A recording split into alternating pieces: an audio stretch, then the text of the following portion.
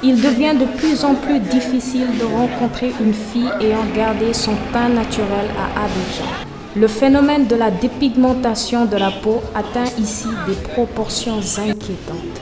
Le phénomène s'est à tel point développé qu'il n'a pas échappé à la vigilance des sociologues. C'est un phénomène qui date des temps des plus reculés.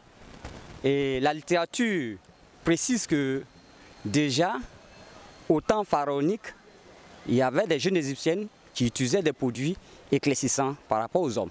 Et vous savez, dans un contexte qui privilégie la peau blanche, se pigmenter la peau se présente comme un acte d'autodéfense. Et c'est à partir des États-Unis que le phénomène va se répandre en Occident, je veux dire en Europe, et par la suite en Afrique, en visant d'abord les pays anglophones, puis francophones, et après les pays lusophones. La prévalence de ce phénomène en Côte d'Ivoire se situe autour de 55% selon la littérature. Si je fais un peu quelques comparaisons, le taux est un peu élevé au niveau du Sénégal, qui atteint environ de 70%. Au niveau du Mali, un peu plus bas, 25%.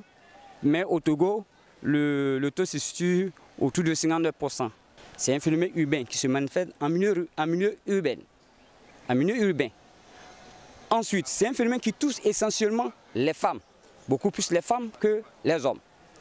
Et si nous prenons au niveau de l'âge, c'est particulièrement la population, je dirais, les jeunes.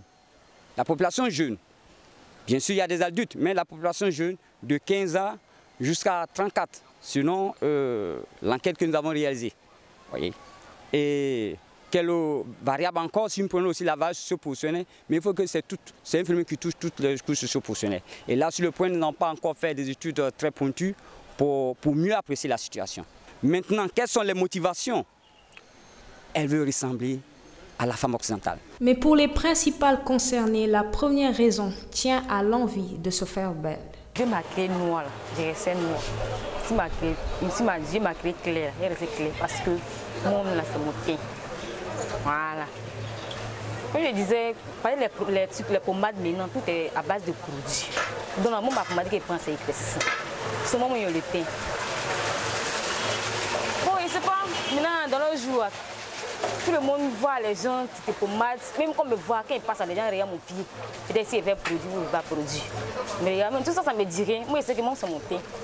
Comme moi, comme cela, moi, je fais ça. C'est pas mon teint qui est là. C'est pas mon teint. Mais c'est pas ça me plaît que je fais. Quand tu te maquilles, tu te sens bien dedans. Moi, je me prends pour moi de mes fautes. Mais si tu vois qui est fait, ça me rend jolie, ça me plaît. Ça fait au moins 5 ans que je fais, ça ne m'a pas gâté ni rien. Je fais à longtemps, ça ne m'a pas gâté ni rien. Maintenant, il y a quelqu'un qui va arrêter. Maintenant, je ne sais pas pourquoi.